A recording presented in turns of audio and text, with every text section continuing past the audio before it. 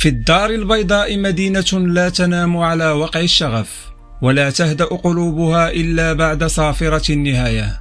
هنا لا نتحدث عن مباراة كرة قدم، بل عن ملحمة تكتب كل عام بين الرجاء والوداد. في مدرجات دونور ترتفع الأعلام وتختلط الألوان، وتذوب الحدود بين الفن والجنون. صوت الجماهير لا يسمع بل يحس، كأن المدينة بأكملها تنبض بإيقاع واحد، إيقاع الديربي المغربي. لكن الديربي لا يعيش في الدار البيضاء فقط، بل في كل بيت مغربي، في كل مدينة وقرية، وفي قلوب المغاربة المنتشرين في كل أنحاء العالم، من الرباط إلى مراكش، من أكادير إلى طنجة، ومن باريس إلى مونتريال. كلهم يعيشون اللحظة نفسها بنفس الحماس ونفس النبض. إنه أكثر من مباراة، إنه تاريخ وكرامة وهوية وانتماء.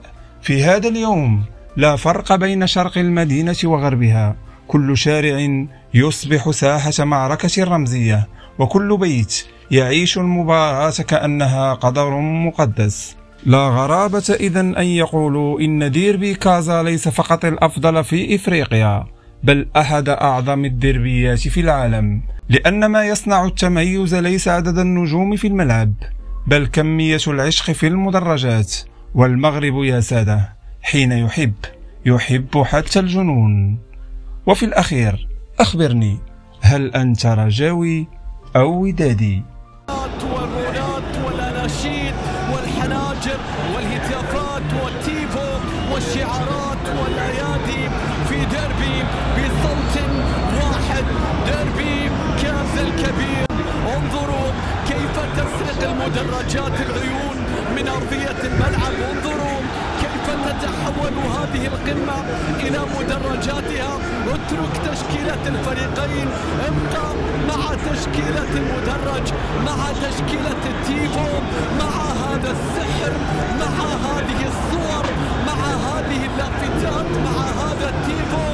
الله على هذه الأجواء. انظر إلى الملعب من الأعلى، إلى الصورة، إلى الديربي، إلى هذه اللوحة التي يرسمها جمهور الرجاء، التي يرسمها القطب الذي يظهر هنا في مدرج الساعة، هنا في المكانة.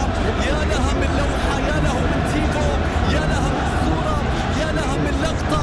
أين كنتم عنكم طوال هذه السنين؟ لماذا لم أنتبه؟ لماذا؟ في الدار البيضاء